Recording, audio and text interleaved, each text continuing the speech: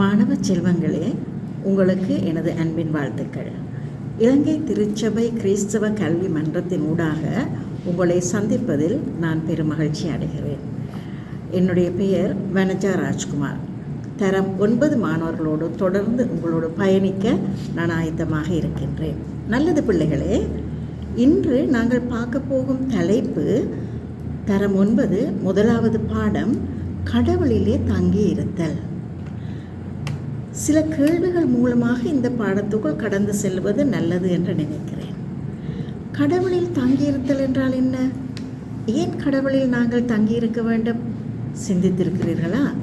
அருமையான மாணவ செல்வங்களே, கடவுளில் தங்கியிருத்தல் என்பதை நாங்கள் தெளிவாக விளங்கிக் கொள்வதற்காக யோவான் எழுதின சுவிசேஷம் 15ஆம் அதிகாரம் முதல் 10 வசனங்களில் மிக தெளிவாக எங்களுக்கு விளங்கப்படுத்தி இருக்கிறார் இயேசு கிறிஸ்து. இந்த பகுதியில் ஒரு திராட்சை செடியில் உவமை கூடாக கடவுளில் தங்கியிருத்தல் என்கிறதான விடயத்தை அழகாக நாங்கள் புரிந்து கொள்வோம். இந்த பகுதியிலே 3 பிரதானமான பாத்திரங்களை வைத்து எங்களுக்கு விளங்கி தருகிறார். ஒன்று திராட்சை தோட்டக்காரர், அவர் நம்முடைய பிதா. 2வது திராட்சை செடி, அவர் எங்களுடைய இயேசு கிறிஸ்து. 3வது கொடிகள், அது நானும் நீங்களும் தான் இந்த கொடிகளாக இருக்கின்றோம். எனவே இந்த திராட்சை செடியில் கொடி இணைந்திருப்பதை குறித்து நாங்கள் ஆழமாக பார்க்க போகிறோம். அந்த செடியிலே கொடிகள் இணைந்திருப்பது என்று சொல்லுவதைத்தான் தங்கி இருத்தல் என்று அங்கே சொல்லப்படுகிறது. எனவே இங்கு செடியாகிய இயேசுவில் கொடியாகிய நானும் நீங்களும் ஒன்றாக இணைந்திருக்க வேண்டும் என்பதை குறித்து நாங்கள் பார்க்கக்கூடியதாக இருக்கிறது. எனவே முதலாவது கேள்விக்கு இப்பொழுது எங்களுக்கு விடை கிடைத்து விட்டது. கடவுளில் தங்கி இருத்தல் என்றால் என்ன? அடுத்ததாக, ஏன் நாங்கள் கடவுளில் தங்கியிருக்க வேண்டும்?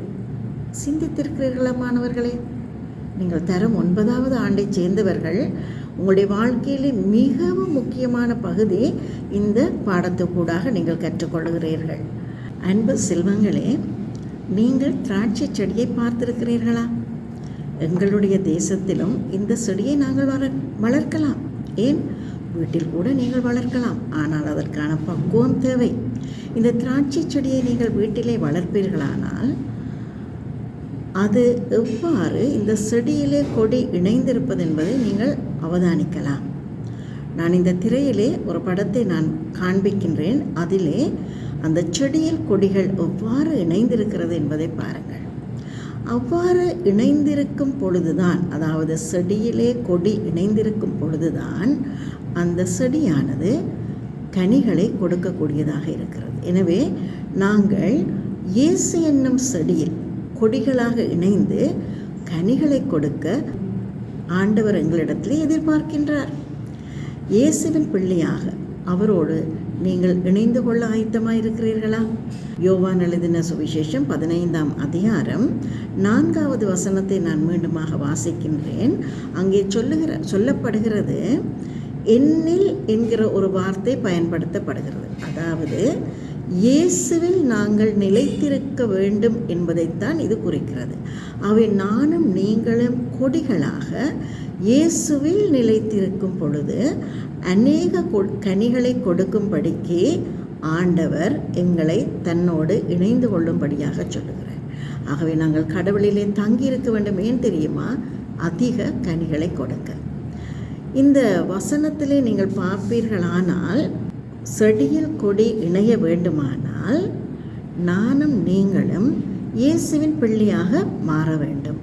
அதாவது இயேசு என்னுடைய ஆண்டவர் என்பதை நான் ஏற்றுக்கொள்ளும் பொழுது, நான் நம்பும் பொழுது அவருடைய பிள்ளையாக நாங்கள் இணைந்து கொள்ளுகிறோம்.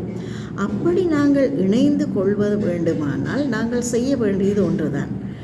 எங்களுடைய செயல்கள் எல்லாவற்றையும் நாங்கள் ஆண்டவரிடத்திலே அர்ப்பணிக்க வேண்டும். நீதிமொழிகள் 16ஆம் அதிகாரம் 3ஆம் வசனம் இதை சொல்லுகிறது. எங்களுடைய செயல்கள் ஆண்டவருக்கு முக்கியம்.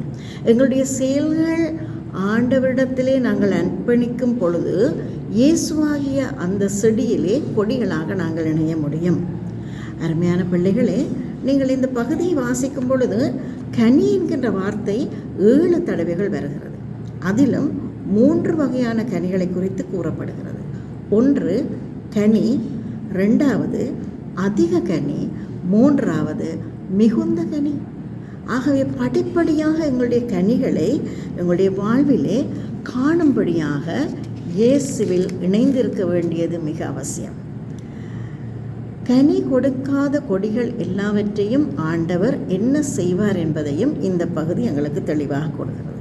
அதாவது நாங்கள் செடியிலே இணைந்து கொடிகளாக இணைந்து நாங்கள் கனி கொடுக்காத பட்சத்திலே அந்த கொடிகளை அவர் எடுத்து தரித்து வெளியே எறிந்து அக்கினியிலே சுட்டெரிக்கிறதாக வேதம் சொல்லுகிறது. ஆகவே கனி என்றால் கலாத்தியர் 5ஆம் அதிகாரம் 22, 23 சொல்லப்பட்ட அந்த 9 கனியை குறிக்கிறது. நான் நினைக்கிறேன் இது உங்களுக்கு பழக்கமான பாடமாக இருக்கின்றதான வசனமாக இருக்க வேண்டும். உங்களுக்கு ஞாபகத்தில் இருந்தால் என்னோடு கூட நீங்கள் சொல்லுவீர்களா?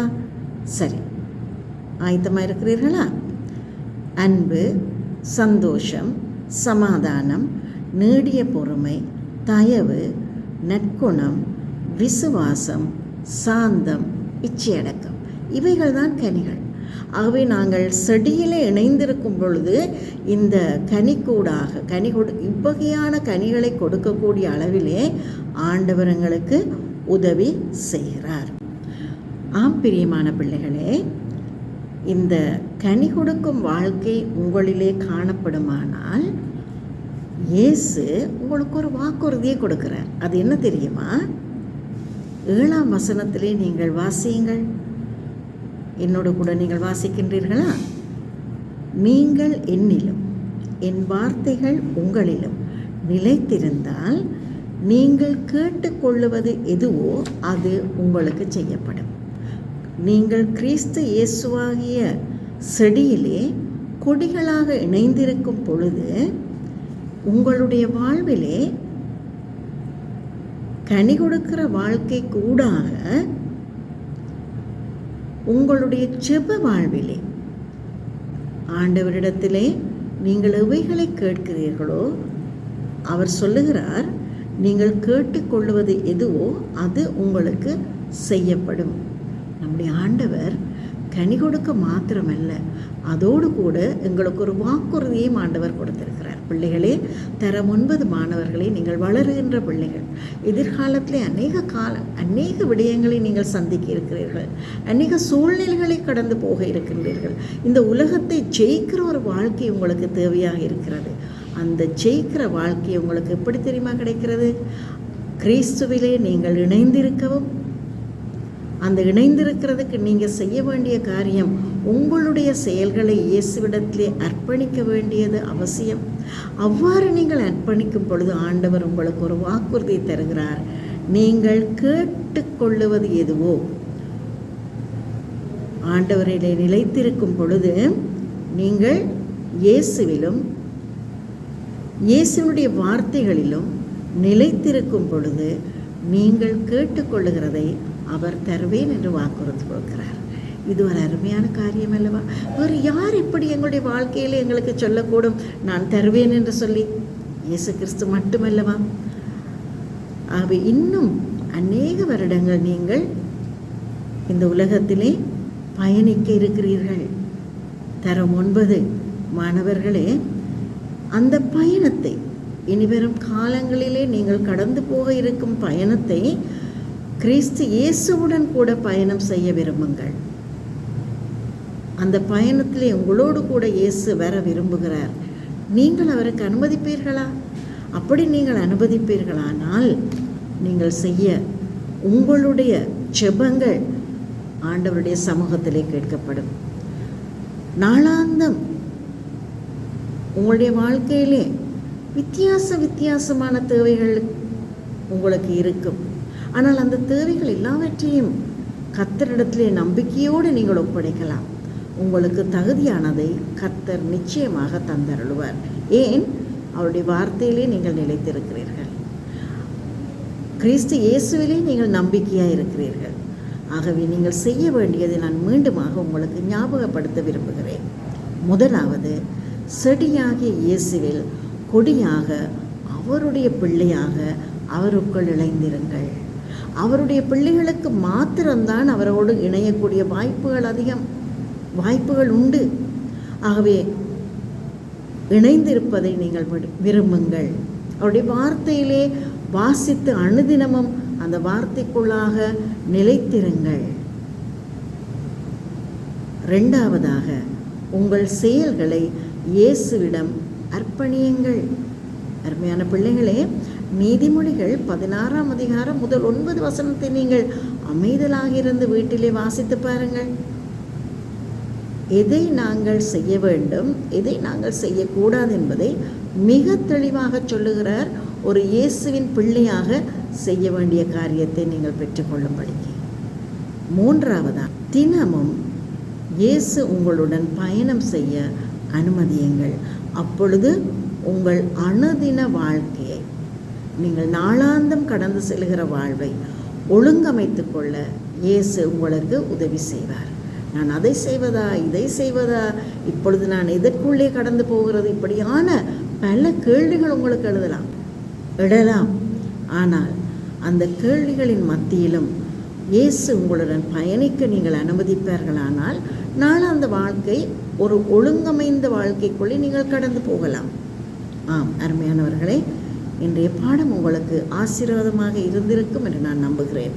மீண்டும் இந்த வேத பகுதிகளை வாசியுங்கள். கடவுள் தாமே உங்களையும் உங்கள் குடும்பத்தையும் ஆசீர்வதித்து வழிநடத்துவாராக. மீண்டும் மற்றொரு பாடத்தில் உங்களை சந்திக்கும் வரை உங்களிடமிருந்து விடை பெற்றுக் கொள்வது வனஜா ராஜ்குமார்.